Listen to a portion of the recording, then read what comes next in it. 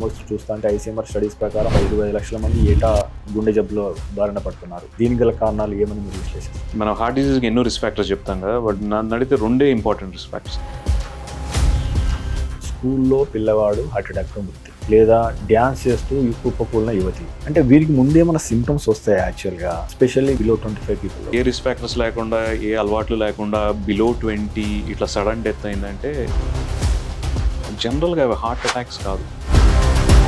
మద్యం దాగి డ్యాన్స్ చేయడం, లేదా మద్యం దాగి స్విమ్మింగ్ చేయడం, వ్యాయామం చేయడం, ఇది ఏమన్నా ప్రమాదమా? అప్పుడు ఏమన్నా హార్ట్ స్ట్రోక్ రావడం ఏమన్నా అవకాశం ఉందా? ఆల్కహాల్ అనేది అధిక మోతాదులో కన్జ్యూమ్ చేసినప్పుడు it can trigger WHO survey ప్రకారం కూడా ఆల్మోస్ట్ 80% గుండె జబ్బులు ఏవైతే ఉన్నాయో వాటిని మనం ప్రివెంట్ చేయొచ్చు ప్రారంభంలో గుర్తిస్తే అంటారు. కానీ ప్రారంభంలో గుర్తించడే పెద్ద సమస్య. ఛాతీలో నొప్పి వచ్చి హార్ట్ అటాక్ అయింది అనుకోండి, హెల్త్ చెక్స్లో చేసేవి ECG, echo, treadmill, cholesterol levels సరిపోవు, ఇంకా అదర్ పారామీటర్స్ ఉంటాయి అన్నమాట. పెద్ద వాళ్ళలో మనం యాంజియోప్లాస్టీ లేదా స్టెంటింగ్ చేయడం వల్ల బెనిఫిట్ కంటే రిస్క్ ఎక్కువ అన్న అనుమానాలు ఉన్నాయి. హార్ట్ అటాక్ సిచ్యువేషన్లో ఎంత వయసు అయినా సరే యాంజియోగ్రామ్ చేసినాక రక్తనాళం అనేది, ఆర్టరీ అనేది బ్లాక్ అయితే కనుక అది ఓపెన్ చేసి స్టెంట్ పెట్టడం అనేది ఇస్ ద రైట్ ట్రీట్మెంట్. కొన్ని సిచ్యువేషన్స్ ఉంటాయి. 106 ఇయర్ ఓల్డ్ వ్యక్తి మీద వైద్యం చేశారు కదా, ఆ పేషెంట్ గురించి చెప్పండి, అసలు ఏం జరిగింది? వెరీ స్మాల్ లేడీ, చాలా థిన్ బిల్ట్ అనమాట. ఈసీజీలో కుడివైపు రక్తనాళం బ్లాక్ అయినట్టు అనిపించింది. ఇమ్మీడియట్గా యాంజియోగ్రామ్ తీసుకున్నాము. పెద్ద వయసు అవడం వల్ల ఏమైందంటే,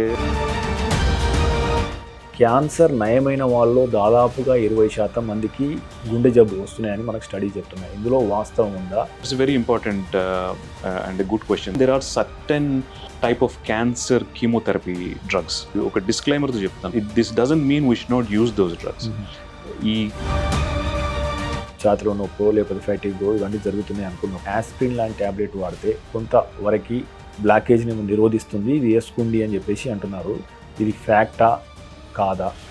సో ఐ థింక్ అట్లా చేయటం కరెక్ట్ కాదు. ఐ థింక్ ఇట్లాంటి సిచ్యువేషన్స్లో వాట్ విల్ సేవ్ యూ, ఏ లక్షణాలు కనబడ్డప్పుడు మనం సిపిఆర్ చేయాలా? కుంభమేళా దగ్గర ఒక చోటను ట్రైన్లో ఎక్కడో ఎవరో సిపిఆర్ చేస్తున్నారు మన రైల్వే పోలీసులు అని చెప్పి ఒక వీడియో సర్క్యులేట్ అయింది. మనిషి మాట్లాడుతున్నాడు, ఆయనకి సిపిఆర్ చేయడం అర్థం లేదు. ఇన్ఫ్యాక్ట్ హార్మ్ చేసే అవకాశం ఉంది. అట్లాంటప్పుడు ప్రాబ్లీ పేషెంట్ని రికవరీ పొజిషన్ అంటారు, లెఫ్ట్ లాటరల్లోకి పడుకోబెట్టేసి.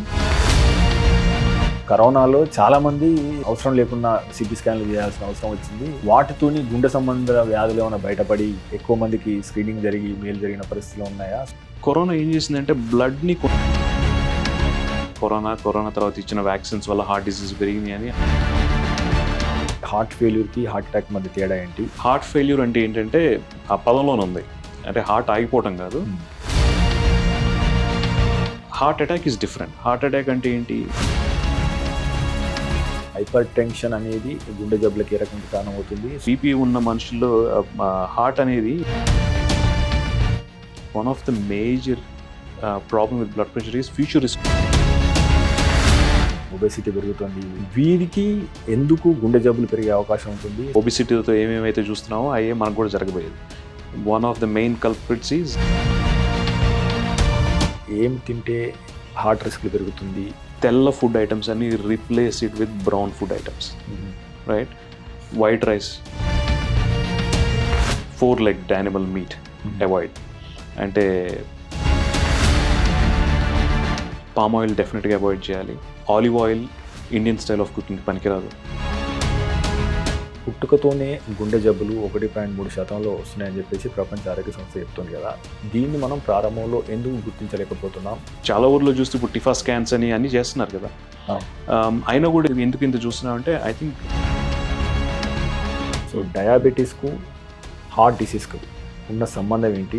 ఒక డయాబెటిక్ పేషెంట్ ఈసీజీ ఎక్కువ ట్రెడ్మిల్ చేసి అక్కడ తాగొద్దు, మేబీ డూ సంథింగ్. గురక అనేది స్లీప్ ఆప్నియా అంటాం. స్లీప్ ఆప్నియాలో కొన్నిసార్లు ఉలిక్కిపడి లేస్తారు శ్వాస అందక. అది కూడా హార్ట్ ఫెయిల్యూర్ కానీ గుండె సంబంధ వ్యాధులకు కానీ కారణమవుతుందా? చాలా మంచి పాయింట్ చెప్పారు మీరు. ఆ ఉలిక్కిపడి లేచినట్టు వాళ్ళకి తెలియని కూడా తెలియదు స్లీప్ యాప్నియాలో. సో స్లీప్ యాప్నియా మీరు తీసుకునే అదే మందులు, అదే నాణ్యమైన మందులు, కానీ సగం ధరకే. అవును, మెడ్ ప్లస్ బ్రాండ్స్ పై 50 to 80% తగ్గింపు. హాయ్ వ్యూవర్స్, వెల్కమ్ టు మెడ్+1 టీవీ. దేశంలోని ప్రముఖ డాక్టర్స్ ను పరిచయం చేసే వేదిక డాక్టర్ టాక్ కు స్వాగతం. ప్రస్తుతం మనతో ఉన్నారు డాక్టర్ సుధీర్ కోగంటి గారు, ప్రముఖ కార్డియాలజిస్ట్, ముఖ్యంగా హార్ట్ ఫెయిల్యూర్ స్పెషలిస్ట్ కూడా. లండన్ లో దశాబ్దానికి పైగా సేవలు అందించి ఇండియాలో ఆల్మోస్ట్ దశాబ్దం పైగా సేవలు అందిస్తున్నారు. ముఖ్యంగా అసలు హార్ట్ ఫెయిల్యూర్స్ ఎందుకు జరుగుతాయి, ఎటువంటి ప్రివెన్షన్ మెథడ్ తీసుకోవాలి, సో హార్ట్ ఫెయిల్యూర్స్ కు క్యాన్సర్ కు ఎటువంటి సంబంధం ఉంది అనే విలువైన అంశాలను మనం డాక్టర్ ద్వారా తెలుసుకునే ప్రయత్నం చేద్దాం. డాక్టర్ గారు నమస్తే అండి. నమస్తే డాక్టర్ గారు, ముఖ్యంగా అంటే మీ ఎడ్యుకేషన్ చూస్తా అంటే మీ ఎంబీబీఎస్ కావచ్చు, ఎండి కావచ్చు, ఎఫ్ఆర్సిపి కావచ్చు, మీరు ఒక అత్యున్నత ప్రతిష్టాత్మక సంస్థల్లో చేస్తూ వెళ్ళారు. అంటే ఇంతలా మిమ్మల్ని మోటివేట్ చేసింది ఏంటి? అతిపెద్ద ప్రతిష్టాత్మక సంస్థల్లో మీరు ఎలా సీట్ సంపాదించారు? సో ఆ మోటివేషన్ ఎలా వచ్చింది? మెడిసిన్ చదవడం అనేది, డాక్టర్ అవ్వడం అనేది చిన్నప్పటి నుంచి నాకు ఉన్న ఆస్పిరేషన్. చాలామంది ఒక స్టేజ్ వచ్చే వరకు కూడా క్లారిటీ ఉండదు. 10th కానివ్వండి, 11th 12th వరకు కానివ్వండి, క్లారిటీ ఉండదు. నాకు చిన్నప్పటి నుంచి కూడా మెడిసిన్ చేయాలి, డాక్టర్ అవ్వాలి అనేది చాలా బలమైన కోరిక అనమాట. దాని ప్రకారంగానే ప్రిపేర్ అవ్వటం, అట్లాగే ఎంబీబీఎస్ అనేది ఏఎఫ్ఎంసీలో చేయడం జరిగింది. ఏఎఫ్ఎంసీ ఆ రోజుల్లో ఇప్పటికీ కూడా కామన్ ఎంట్రన్స్ టెస్ట్, వాళ్ళకి సపరేట్ ఎంట్రన్స్ టెస్ట్ ఉండేది. ఇప్పుడు ఆఫ్ కోర్స్ నీట్లో కలిసింది. 105 సీట్స్ ఉంటాయి ఏఎఫ్ఎంసీలో. దానికి సుమారుగా ఒక 1-2 లక్షల మంది ఎంట్రన్స్ కూర్చోవడం జరుగుతుంది. ఎంట్రన్స్ టెస్ట్ పాస్ అయిన తర్వాత మళ్ళీ ఇంటర్వ్యూ ఉంటుంది సపరేట్గా. ఇది ఏఎఫ్ఎంసీకి ఉన్న ప్రత్యేకత అనమాట. మిగతా అన్ని కాలేజెస్లో జనరల్గా ఎంట్రన్స్ టెస్ట్ ర్యాంకింగ్ని బట్టి ఇచ్చేస్తారు. ఏఎఫ్ఎంసీలో మాత్రం ఇంటర్వ్యూలో కూడా సక్సెస్ అవ్వాలి. తర్వాత ఆ ఇంటర్వ్యూలో ఏం చూస్తారంటే మన ఫిజికల్ యాప్టిట్యూడ్, మెంటల్ యాప్టిట్యూడ్ ఎట్లా ఉన్నాయి అనేది చూసి అందులో కూడా సక్సెస్ అయినాక సీట్ ఇవ్వటం అనేది జరుగుతుంది అనమాట. సో ఎంబీబీఎస్ అయ్యాక నాకు డాక్టర్ అవుదామని ఎంత బలమైన కోరిక అనేది ఉంటుందని చెప్పాను. అట్లాగే యూకేలో క్వాలిఫికేషన్స్ అనేవి, యూకేలో ట్రైనింగ్ బాగుంటుందని చెప్పేసి అవగాహన. అందుకని యూకేలో వెళ్ళి పలానా క్వాలిఫికేషన్స్ ట్రైనింగ్ తీసుకుని మళ్ళీ బ్యాక్ ఇండియా వద్దాం అనేది ప్లాన్ అనమాట. యూకే వెళ్ళిన తర్వాత పెద్ద పెద్ద యూనివర్సిటీస్లో, పెద్ద పెద్ద ఫేమస్ హాస్పిటల్స్లో పనిచేయడం జరిగింది. అది అంత తేలికైన విషయం కాదు యాక్చువల్గా. ఇప్పుడు ఎట్లా అంటే మన ఎండీకి ఈక్వల్ ఎంఆర్సిపి యూకేలో. ఎంఆర్సిపి పాస్ అయ్యాక కార్డియాలజీ అనే స్పెషాలిటీలోకి సీట్ రావాలంటే వెరీ టఫ్ కాంపిటీషన్ అనమాట. ఎందుకంటే we are not fighting with just our cells. You're fighting with the locals, local graduates, local Caucasians అంటాం కదా, locally studied graduated people ఎవరు ఉంటారో వాళ్ళతోటి మనం కంపీట్ చేస్తున్నాం. Cardiology used to be the number 1 speciality అనమాట. It still is number 1 speciality in terms of super specialization in the UK. ఏ qualifications అయితే ఉంటే, ఏ క్రైటీరియా ఉంటే మనల్ని సెలెక్ట్ చేస్తారనే దానికి ఆ CV బిల్డ్ చేసుకోవడానికి చాలా ఎఫర్ట్ పెట్టాల్సి వచ్చింది నాకు. సో అది సిస్టమేటిక్గా చేశాను. సో ఆ రోజుల్లో కోవెంట్రీ అనే సిటీలో యూనివర్సిటీ హాస్పిటల్స్ ఆఫ్ కోవెంట్రీలో పనిచేస్తా CV అనేది బిల్డ్ చేయడం జరిగింది. అందులో ఆడిట్స్ కానివ్వండి, రెగ్యులర్గా ఆడిట్స్ కానివ్వండి, పబ్లికేషన్స్ కానివ్వండి, స్టూడెంట్స్కి టీచింగ్ చేయడం కానివ్వండి, అక్కడ ఇట్లాంటివన్నీ చూస్తారనమాట. కరికులర్ యాక్టివిటీస్ ఎంత స్ట్రాంగ్ ఉన్నాము, అలాంగ్ విత్ కరికులర్ యాక్టివిటీస్ అని చూసినాక మనకి సీట్ ఇవ్వడం అనేది జరుగుతుంది. సో కార్డియాలజీలో సెలెక్ట్ అవడం ఒక ఎత్తు అయితే, లండన్ సిటీలో సీట్ రావడం అనేది ఈవెన్ మోర్ డిఫికల్ట్. సో అట్లా లండన్ డీనరీ అంటారు అక్కడ. లండన్ డీనరీకి ఇంటర్వ్యూ అయినప్పుడు అందులో మన ఎబిలిటీస్ కానివ్వండి, నేను ఇంటర్వ్యూలో పర్ఫామ్ చేసిన దానికి చూసి సెలెక్ట్ చేశారు. ఆ తర్వాత నార్త్ ఈస్ట్ లండన్లో I did my cardiology rotation. అందులో ఫేమస్ హాస్పిటల్స్ చాలా, యూనివర్సిటీ కాలేజ్ లండన్ హాస్పిటల్ అని, రాయల్ ఫ్రీ హాస్పిటల్ అని, సెయింట్ బార్ట్స్ హాస్పిటల్ అని, వీటన్నిటిలో ట్రైనింగ్ అవ్వడం జరిగింది. మీరు కనుక last week news week top 250 hospitals in the world అనేది కనుక చూసుంటే ఈ 3 హాస్పిటల్స్లో కూడా టాప్ 100లో ఉంది. సో అట్లాగే అది చేస్తా నేను I did research in interventional cardiology. నాకు కొన్ని ఏరియాస్లో స్పెషల్ ఇంట్రెస్ట్, మళ్ళీ కార్డియాలజీ అనే కాకుండా వాటిలో కొన్నిట్లో ఇంకా స్పెషల్ ఇంట్రెస్ట్ అన్నమాట. ఒకటి ఇంటర్వెన్షనల్ కార్డియాలజీ. ఎందుకు హార్ట్ అటాక్స్ వస్తున్నాయి, చిన్న వయసులో ఎందుకు హార్ట్ అటాక్స్ వస్తున్నాయి, హార్ట్ అటాక్ వల్ల కార్డియోజెనిక్ షాక్లో వస్తుంటారు ఒక్కొక్కసారి. అంటే వాళ్ళకి బ్లడ్ ప్రెషర్ అన్రికార్డబుల్ ఉంటుంది, చాలా సిక్ ఉంటారు. వీళ్ళని ఎట్లా సేవ్ చేయొచ్చు, దానికి ఎక్స్టెన్షన్గానే నాకు హార్ట్ ఫెయిల్యూర్ అనే దాని మీదకి ఇంట్రెస్ట్ బిల్డ్ అవడం జరిగింది అనమాట. ఈ ఇంటర్వెన్షనల్ కార్డియాలజీ అనే దాంట్లో ఫర్దర్గా నేర్చుకోవడానికి రీసెర్చ్ చేయడం జరిగింది. ఆ research I did it with in collaboration with royal free hospital great armed street hospital for children ఉంటుంది లండన్లో, అండ్ ఎరాస్మస్ ఎంసీ అని నెదర్లాండ్స్లో ఉంటుంది, రాటర్డామ్లో ఉంటుంది అనమాట. ఈ 3 ఇన్స్టిట్యూట్స్తో కొలాబరేట్ చేసుకుని రీసెర్చ్ చేయడం జరిగింది. ఆ రీసెర్చ్ సారాంశం ఏంటంటే, హార్ట్ అటాక్ అయ్యాక బాడీలో ఇన్ఫ్లమేటరీ మార్కర్స్కి లోపల ఆర్టరీ లోపల ఉన్న క్యారెక్టరిస్టిక్స్కి, ప్లాక్ క్యారెక్టరిస్టిక్స్కి కోరిలేషన్ ఏంటి అనేది చూడటం అన్నమాట. సో ఈ ఇన్ఫ్లమేటరీ మార్కర్స్ బ్లడ్ టెస్ట్ ద్వారా చేయొచ్చు. ఈ ప్లాక్ క్యారెక్టరిస్టిక్స్ అనేది there is a special tool called optical coherence tomography, infrared light based అనమాట. అది ఆర్టరీ లోపలికి పంపిస్తే మనకి 360 degrees ఇన్ఫర్మేషన్ మొత్తం ఇస్తుంది. దాన్ని బట్టి మనం చెప్పేసి ఇదేంటి ప్రిడామినెంట్లీ లిపిడ్ ఉందా, కాల్షియం ఉందా, ఇట్లాంటివన్నీ చెప్పొచ్చు అనమాట. ఇదంతా this I did in 2012-2013 when OCT was just finding its feet in India. That research work gave me a degree called MD Res from University College London. Okay. And UCL is one of the Times top 10 universities in the world. So after that, interventional cardiology training అంతా complete చేసి కన్సల్టెంట్గా పనిచేసి India వచ్చేయడం జరిగింది. So అంటే ఇప్పుడు ఎఫ్ఆర్సిపి ఉన్నది కదా sir, అంటే దానికి ఏమైనా స్టోరీ ఉందా ప్రత్యేకంగా? మీరు అంటే ఎప్పుడు బీజం పడ్డది చేయాలి ఖచ్చితంగా? FRCP అనేది it's more recognition of what you've done by your colleagues. Okay. So మనం చేసిన రీసెర్చ్ కానివ్వండి, వర్క్ కానివ్వండి, వీటన్నిటికీ అదర్ ఫెలోస్ ఉంటారు కదా, వాళ్ళు మనల్ని రికగ్నైజ్ చేసి నామినేట్ చేస్తే వచ్చేది FRCP అనమాట. So that way I have 2 FRCPs. ఒకటి లండన్ కాలేజ్ నుంచి ఉంది, ఇంకోటి గ్లాస్గో కాలేజ్. నార్మల్గా 3 ఉంటాయి, లండన్, గ్లాస్గో, ఎడిన్బరో. 3 ఉన్నోళ్ళు ఉంటారు, 1 ఉన్నోళ్ళు ఉంటారు. Okay. But I have London and Glasgow college అనమాట. మీరు 14 సంవత్సరాలు యూకేలో ఉన్నారు. ఆ తర్వాత మీరు ఇండియాకు రావడానికి గల కారణం ఏంటి? ఇదే రకంగా ఇండియాలో ఆల్మోస్ట్ చూస్తా అంటే ICMR స్టడీస్ ప్రకారం 25 లక్షల మంది ఏటా గుండె జబ్బులో బారిన పడుతున్నారు. దీనికి గల కారణాలు ఏమని మీరు విశ్లేషిస్తున్నారు? మనం అచీవ్ చేసిన క్వాలిఫికేషన్స్ని, ఆ ట్రైనింగ్ని మన పాపులేషన్కి సర్వ్ చేయడం యూజ్ చేస్తే బాగుంటుందనే ఉద్దేశంతో ఇండియా వచ్చేసాం. ఓకే. అండ్ మీరు అన్నట్టు lots and lots of young people are suffering with heart attacks. ఈ రోజున మన సిటిజన్స్ హాస్పిటల్లోనే చూసుకుంటే కనుక ప్రతి నెల అండర్ 40 హార్ట్ అటాక్తో వచ్చేటోళ్ళు 4-5 అని ఉంటారు. Youngest was 19. There was a 26-year-old who came with a heart attack. Okay. There is a 33-year-old who came with a heart attack. చాలా మంది ఉన్నారు.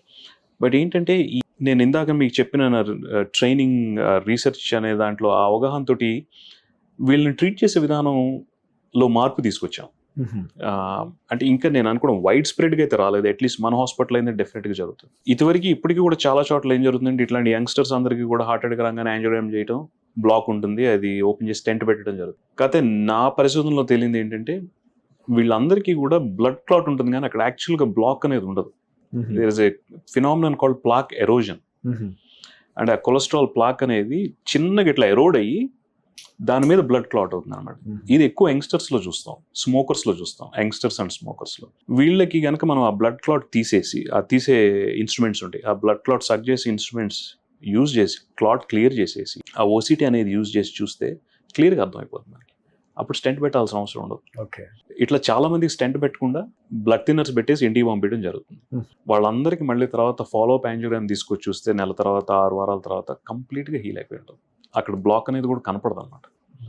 సో అప్పుడు మనం చేయాల్సింది ఏంటి, రికరెన్స్ రాకుండా ప్రివెంట్ చేయడం అనమాట. అదేంటి, వాళ్ళ రిస్క్ ఫ్యాక్టర్స్ అడ్రస్ చేయడం, స్మోకింగ్ కానీ లైఫ్ స్టైల్ చేంజెస్ కానీ తీసుకురావడం, అప్రోప్రియేట్ మెడికేషన్స్ మీద ఉంచితే సరిపోతుంది. సో డాక్టర్ గారు, అంటే మీరు అన్నట్లు ఇప్పుడు సాధారణంగా ప్రపంచ ఆరోగ్య సంస్థ WHO సర్వే ప్రకారం కూడా ఆల్మోస్ట్ 80% గుండె జబ్బులు ఏవైతే ఉన్నాయో వాటిని మనం ప్రివెంట్ చేయొచ్చు ప్రారంభంలో గుర్తిస్తే అంటారు. కానీ ప్రారంభంలో గుర్తించడే పెద్ద సమస్య.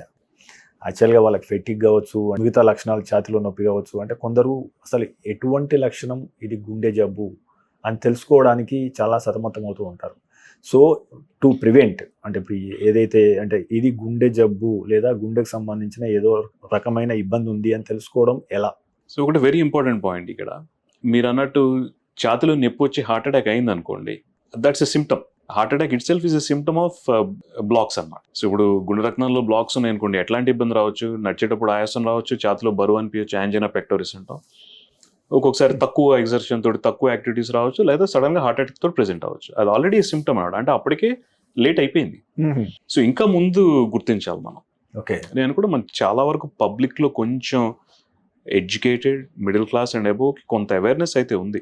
అందుకని రెగ్యులర్గా హెల్త్ చెకప్స్కి రావడం, చిన్న వయసులోనే చేయించుకోవడం జరుగుతుంది. పర్టికులర్లీ పెద్ద పెద్ద multinational software companies, I think they all encourage health checks అనేది 40 తర్వాత హెల్త్ చెక్స్ అనేది ఇట్లాంటి వాటి హెల్త్ చెక్స్లో పట్టుకోవడం జరుగుతుంది, చేసి స్క్రీన్ చేసి రిస్క్ ఫ్యాక్టర్స్ ఏదైతే ఉన్నాయి, షుగర్ కానివ్వండి, ఎర్లీ స్టేజెస్లో ఏమన్నా, కొలెస్ట్రాల్ ఎర్లీ స్టేజెస్లో ఏమన్నా ఉన్నాయి, పట్టుకుని ట్రీట్ చేయడం జరుగుతుంది.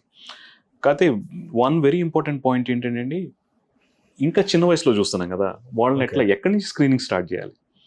ఓకే, ఒక 40 నుంచి స్క్రీనింగ్ అనుకున్నాం, హెల్త్ ప్యాకేజ్ అనుకున్నాం, బట్ ఇంకా చిన్న వయసులో చూస్తున్నాం కదా, సో ఎక్కడ స్క్రీనింగ్ స్టార్ట్ చేయాలి.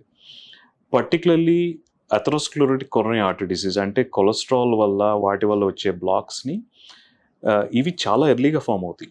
గైడ్ లైన్స్లో క్లారిటీ లేదు ఎంత ఎర్లీగా స్టార్ట్ చేయాలనేది. But I think if there is an individual who's at risk, అంటే వెరీ స్ట్రాంగ్ ఫ్యామిలీ హిస్టరీ ఇట్లాంటివి ఏమైనా ఉంటే కనుక ఐ థింక్ ఇంకా ఎర్లీగా స్టార్ట్ చేసి మనం ట్రెడిషనల్గా హెల్త్ చెక్స్లో చేసేవి ECG echo, treadmill, cholesterol levels సరిపోవు.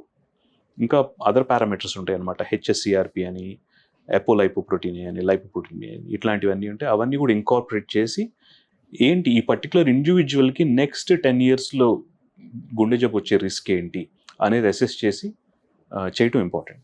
But beyond that I think education, awareness is very important. So there are 2 or 3 things here. ఒకటి స్మోకింగ్. ఐ థింక్ యంగ్ ఏజ్లో smoking I think is definitely a reason for early incidents of heart attacks. Drugs, ఆ drugs మత్తులో వేరే వేరే వ్యసనాలకు అలవాటు పడి డబ్బులు వేస్ట్ చేసుకుంటున్నారు, లైఫ్ చెడగొట్టుకుంటున్నారో తెలుసు, కానీ దానివల్ల హార్ట్ మీద ఉండే ఎఫెక్ట్స్ ఎంతమందికి తెలుసు? చాలామందికి తెలియదు. ఇప్పుడు కొన్ని పర్టికులర్ డ్రగ్స్ ఉన్నాయి, కొకైన్ కానివ్వండి, అట్లాంటివి they cause something called coronary vasospasm, అంటే హార్ట్ ఆర్టరీస్ని స్పాజంలోకి వెళ్ళేట్ చేస్తాయి అన్నమాట. స్పాజంలోకి వెళ్ళినప్పుడు బ్లడ్ తగ్గుతుంది కదా, that can cause heart attack. So next alcohol వల్ల ఆల్కహాల్ రిలేటెడ్ కార్డియోమైపతి అంటాం, మజిల్ వీక్ అయిపోయి దానికి సంబంధించిన డిసీజ్ రావటం. ఇట్లాంటివి ఐ థింక్ ఈ అవేర్నెస్ అనేది తీసుకురావాలి. అవేర్నెస్ అనేది తీసుకొచ్చేసి వీటిని కనుక మనం కర్బ్ చేయగలిగితే చాలా వరకు సక్సీడ్ అయ్యే ఛాన్స్. విలువైన విశ్వసనీయమైన ఆరోగ్య సమాచారాన్ని అందించడానికి మనం మెట్ప్లస్ 1 TVని ఏర్పాటు చేశాం. అనతి కాలంలోనే మనం 3 లక్షలకు పైగా సబ్స్క్రైబర్లు, అదే రకంగా 7 కోట్ల వ్యూస్ను సాధించుకున్నాం. మీ సహకారానికి ప్రత్యేక ధన్యవాదాలు. అయితే మన ఛానల్ చూస్తున్న వారిలో ఇప్పటికీ 94% పైగా మంది సబ్స్క్రైబ్ చేసుకోకుండానే చూస్తున్నారు. మీకు తెలుసు, మనం దేశంలో ఉన్న టాప్ డాక్టర్ను ఇంటర్వ్యూ చేస్తూ వస్తున్నాం. అదేవిధంగా అమెరికాలో ఉన్న టాప్ డాక్టర్స్ని ఎంతో మందిని ఇంటర్వ్యూ చేయడం ద్వారా మనం తెలుగులో ఎంతో విశ్వసనీయమైన ఆరోగ్య సమాచారాన్ని ఇస్తూ వస్తున్నాం. సో ఇలాంటి ఇంటర్వ్యూలు మరిన్ని చేయడానికి, మాకు అవకాశం ఇవ్వడానికి మీరు ఛానల్ని సబ్స్క్రైబ్ చేసుకోండి. అదేవిధంగా ఈ ఛానల్ని సబ్స్క్రైబ్ చేసుకోవడం ద్వారా ఈ విలువైన సమాచారం ఏదైతే తెలుగులో ఉందో ఇది 10 మందికి చేరి వారికి కూడా ఉపయోగపడే అవకాశం ఉంటుంది. So please subscribe and watch med plus 1 TV.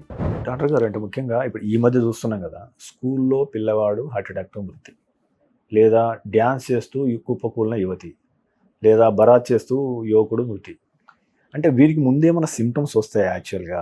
So ఆ సిమ్టమ్స్ వారు కానీ లేదా పక్కవారు కానీ ఏమైనా గమనించే అవకాశం ఉందా? అంటే ఎస్పెషల్లీ బిలో 20, బిలో 25 పీపుల్లో. నేను ఇందాక చెప్పినట్టు ఏ రిస్క్ ఫ్యాక్టర్స్ లేకుండా, ఏ అలవాట్లు లేకుండా బిలో 20 ఇట్లా సడన్ డెత్ అయిందంటే జనరల్గా అవి హార్ట్ అటాక్స్ కాదు, వేరే కాజ్ ఏదో ఉంటుంది వాటికి.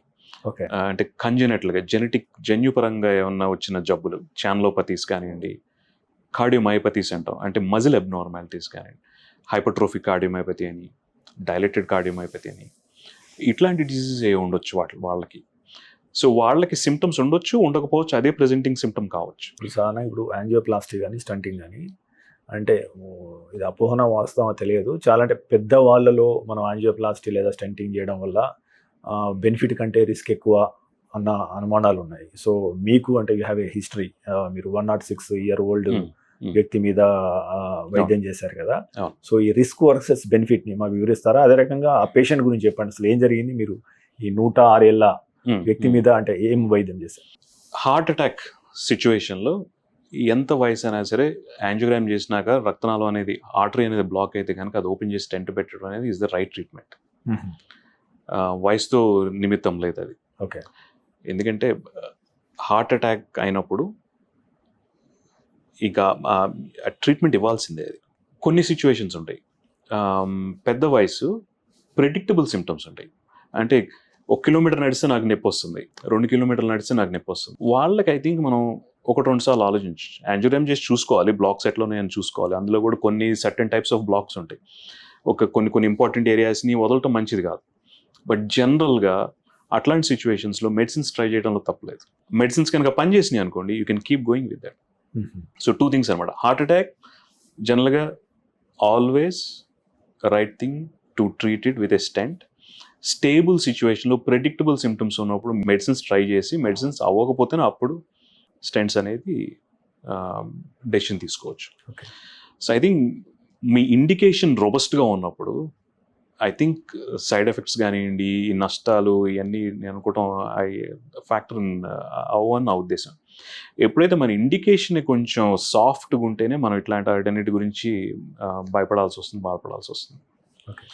అట్లాగే 106-year-old లేడీ, యాక్చువల్గా ఆవిడ Vikarabad, she came in with a heart attack అనమాట. Okay. She was in terrible pain, severe chest పెయిన్తో ఉంది. వెరీ స్మాల్ లేడీ, చాలా థిన్ బిల్ట్ అనమాట. సో ఈసీజీ చూడంగానే హార్ట్ అటాక్ లక్షణాలు కనిపిస్తున్నాయి. ఈసీజీలో కుడివైపు రక్తనాళం బ్లాక్ అయినట్టు అనిపించింది. ఇమ్మీడియట్గా యాంజియోగ్రామ్ తీసుకున్నాము. పెద్ద వయసు అవటం వల్ల ఏమైందంటే లోపలికి పోయే దారులన్నీ కూడా టార్చర్స్ ఉన్నాయి అనమాట, వంకర టింకర్లుగా. It was a challenge, but we deal with this all the time. So దానికి సంబంధించిన టిప్స్ అండ్ ట్రిక్స్ వాడేసి కుడివైపు రక్తనాళం ఇమ్మీడియట్గా ఓపెన్ చేసి స్టెంట్ పెట్టగానే టేబుల్ మీద చక్కగా నిద్రపోయిందాం.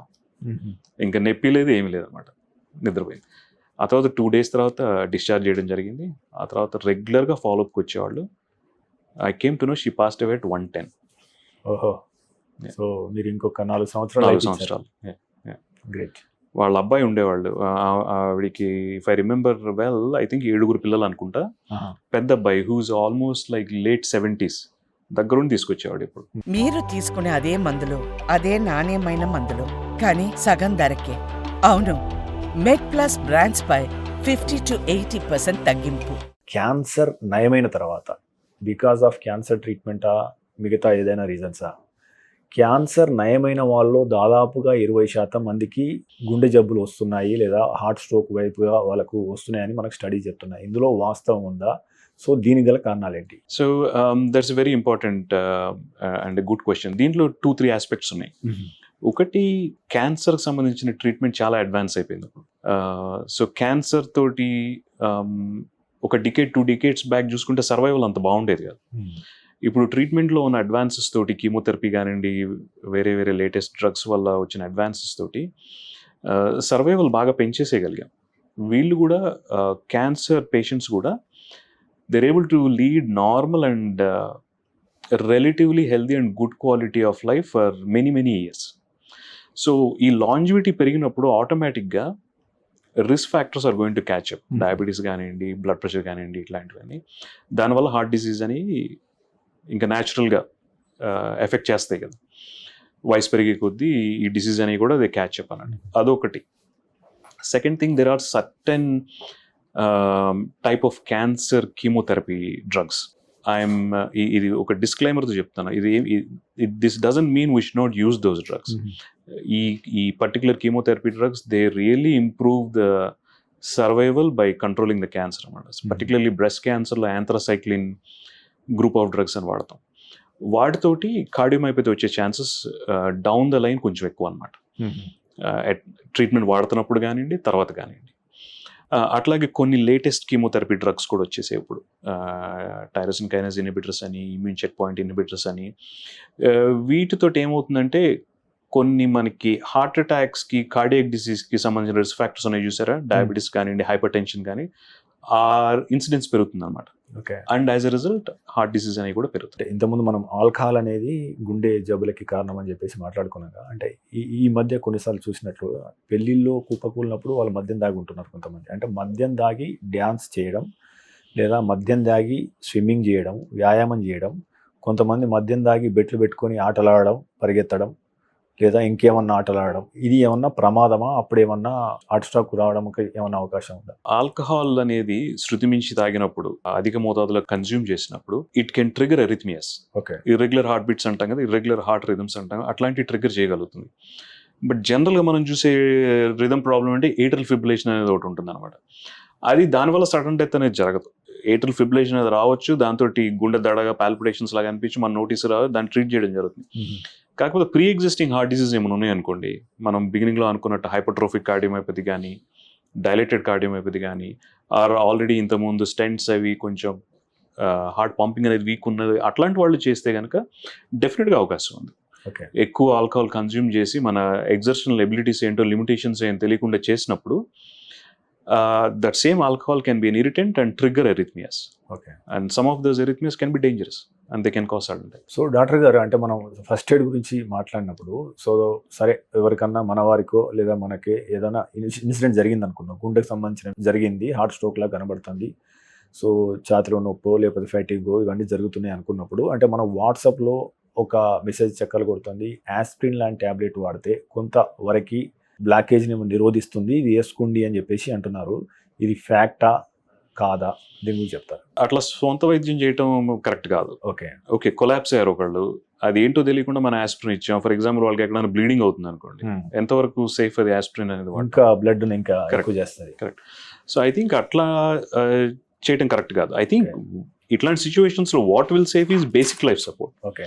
సో మీరు చూసే ఉంటారు ఆ మధ్య గవర్నమెంట్ వాళ్ళ ప్రమోషన్తో బేసిక్ లైఫ్ సపోర్ట్ అనేది చాలా స్ప్రెడ్ చేయడం జరిగింది. బేసిక్ లైఫ్ సపోర్ట్ అంటే ఎవరన్నా కొలాప్స్ అయినప్పుడు ఇమ్మీడియట్గా వాళ్ళకి పల్స్ ఉందా లేదా, బ్రీతింగ్ స్పాంటేనియస్గా శ్వాస తీసుకోగలుగుతున్నారు లేదా అని అసెస్ చేసుకుని chest compressions, mouth to mouth breathing కానీ అది సేఫ్ కాదనుకున్నప్పుడు వేరే రకంగా మాస్క్ ద్వారా బ్రీతింగ్ అందటం కానీ ఈజ్ సేఫ్ సిచ్యువేషన్. ఎందుకంటే దట్ బైస్ అస్ టైం. ఆ టైంలో మనం అంబులెన్స్ పిలవటం, నియరెస్ట్ హెల్త్ కేర్ ఫెసిలిటీ తీసుకెళ్ళడానికి టైం దొరుకుతుంది.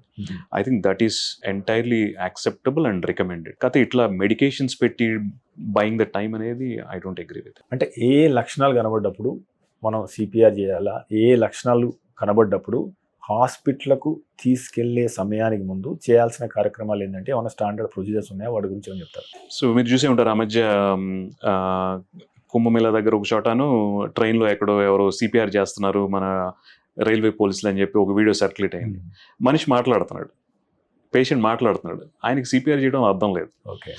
ఇన్ఫ్యాక్ట్ మనం హార్మ్ చేసే అవకాశం ఉంది అట్లాంటి వాళ్ళకి సిపిఆర్ చేయడం. సో మనం ఎస్టాబ్లిష్ చేసుకోవాల్సిన ఫ్యాక్ట్స్ ఏంటంటే, అందుకే కొంత ట్రైనింగ్ అవసరం ఇందులో. ఈ బేసిక్ లైఫ్ సపోర్ట్ కొంత ట్రైనింగ్ అవసరం, ఎందుకంటే అందరికీ పల్స్ చూడటం రాదు, అందరికీ బ్రీతింగ్ అనేది చూడటం రాకపోవచ్చు. But those are the two important things అనమాట. సేఫా కాదా చూసుకోవాలి, మనకి పేషెంట్కి పల్స్ ఉందా, బ్రీతింగ్ ఉందా స్పాంటేనియస్గా లేదా చూసుకోవాలి. అవి రెండు లేనప్పుడు ఇమీడియట్గా basic life support, chest compressions అనేవి ఇమీడియట్గా స్టార్ట్ చేయాలి. ఇంకో ముఖ్యమైన విషయం ఏంటంటే, ఒక్కళ్ళమే ఉన్నాం అనుకోండి, ఎంతసేపు పని చేస్తాం చెస్ట్ కంప్రెషన్స్, హెల్ప్ కావాలి కదా. అందుకని అట్లాంటివి కొంచెం కోఆర్డినేషన్ చేసుకుని ఒకళ్ళని అంబులెన్స్ పిలవటం, ఒకళ్ళు చెస్ట్ కంప్రెషన్స్ చేయటం, ఈ లాజిస్టిక్స్ అన్ని చూసుకుని చేయటం అనేది చాలా ఇంపార్టెంట్ అనమాట. నా దృష్టిలో ఇంకా వేరే స్టాండర్డ్ ప్రోటోకాల్స్ ఏం లేవు. ఓకే. ఒకవేళ మీకు బేసిక్ లైఫ్ సపోర్ట్ ట్రైనింగ్ లేదనుకోండి, అప్పుడు ట్రైనింగ్ ఉన్న వాళ్ళని ఎవరైనా కాల్ చేయటం బెటర్, కానీ తెలియంది చేయటం తప్పు. అట్లాంటప్పుడు ప్రాబ్లీ పేషెంట్ని రికవరీ పొజిషన్ అంటారు, లెఫ్ట్ లాటరల్లోకి పడుకోబెట్టేసి హెల్ప్కి కాల్ చేయటం బెటర్ అనమాట. ఓకే. అది ఎందుకంటానంటే, వాళ్ళు ఒకవేళ ఏమన్నా అప్పుడే ఫుడ్ కానీ ఏమైనా తిని ఉంటే అట్లాంటిది ఏమైనా వామిటింగ్ అయ్యి చోకింగ్ అవ్వకుండా ప్రివెంట్ చేయాలి. సో డాక్టర్ గారు, అంటే మీరు ఆల్మోస్ట్ ఒక 14 సంవత్సరాలు యూకేలో ఉన్నారు. ఇక్కడ గుండె వైద్యానికి అక్కడ ప్రోటోకాల్కు, ఇండియాలో ఉన్న ప్రోటోకాల్కు, వైద్య స్థాయికి, నాణ్యతకి తేడా ఏమిటి మీరు గమనించారు? ఇక్కడ ఎటువంటి ఉంటే ఇంకా మెరుగవుతుందని మీ అభిప్రాయం? మెయిన్ ఆస్పెక్ట్స్ చూసుకుంటే స్కిల్స్ విషయంలో అసలు ఏమాత్రం డిఫరెన్స్ లేదు. ఓకే. సో అక్కడ ఎంత స్కిల్ఫుల్, ఇక్కడ మనం అంతే స్కిల్ఫుల్ అనమాట. ఎక్విప్మెంట్ ఇట్లాంటి వాటిలో కూడా ఏమి డిఫరెన్స్ లేదు. ఓకే. ఎందుకంటే we are racing ahead, India as a country we are going racing ahead in leaps and bounds. అక్కడ డెవలప్ అయ్యే ఉన్న అడ్వాన్స్డ్ ఎక్విప్మెంట్ ఇక్కడ మనకు కూడా ఇమీడియట్గా అవైలబుల్ అనేది అవటం జరుగుతుంది. ఇప్పుడు ఫర్ ఎగ్జాంపుల్ కార్డియోజెనిక్ షాక్లో కొన్ని పర్టికులర్ డివైజెస్ వాడతాం, ఇంపెల్లా అని ఇట్లాంటివన్నీ, అవన్నీ అక్కడ దొరికి ఇక్కడ దొరుకుతున్నాయి మనకు కూడా. అట్లాగే టాబీ అంటాం కదా, సర్జరీ ఓపెన్ హార్ట్ చేయకుండా అయోటిక్ వాల్వ్ మార్చే పద్ధతి ఉంది, స్టెంట్ లాగా తొడ దగ్గర నుంచి. అక్కడ చేస్తున్నాం, మనం చేస్తున్నాం, అన్నీ చేస్తున్నాం. స్కిల్స్ విషయంలో there is no issue at all. కాకపోతే మనకు ఒకటి ఏమైందంటే, యూకేలో it's a centralised health system. Centralised అట్లాంటప్పుడు ఏంటంటే యూనివర్సల్గా కంట్రీ వైడ్ ప్రోటోకాల్స్ని డిజైన్ చేసి ఇంప్లిమెంట్ చేయడం అనేది చాలా తేలిక. ఇప్పుడు ఫర్ ఎగ్జాంపుల్ ఒక హార్ట్ అటాక్ పేషెంట్ పలానా ఏరియాలో వచ్చిందంటే వాళ్ళందరికీ తెలుసు నియరెస్ట్ యాంజియోప్లాస్టీ అవైలబుల్ చేసే సెంటర్ ఏది, ఎక్కడికి వెళ్తే ఆయన బెనిఫిట్ అవుతాడని వాళ్ళకి తెలుసు అనమాట. అది జరిగిపోతుంది ఇమీడియట్గా. సో మన దగ్గర అది కొంచెం ల్యాకింగ్. ఇంకా కొన్ని ఏరియాస్లో లోకల్గా ప్రోటోకాల్స్ని డెవలప్ చేసుకున్నారు. ఫర్ ఎగ్జాంపుల్ తమిళనాడులో హబ్ అండ్ స్పోక్ మోడల్ అని హార్ట్ అటాక్లు ఎట్లా చేయాలని ఇట్లాంటి డెవలప్ చేసుకున్నారు వాళ్ళు.